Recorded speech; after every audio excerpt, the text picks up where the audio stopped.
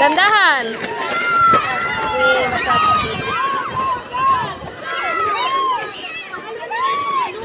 Naluwag siya.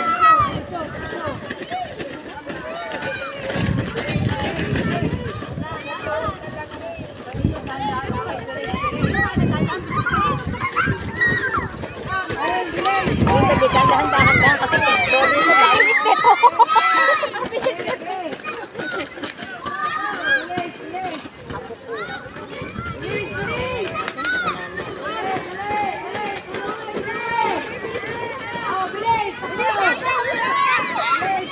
Kasi pinipressure na ano. Sa atin, dali-dali. Nag-pressure naman. Dapat hindi inaano.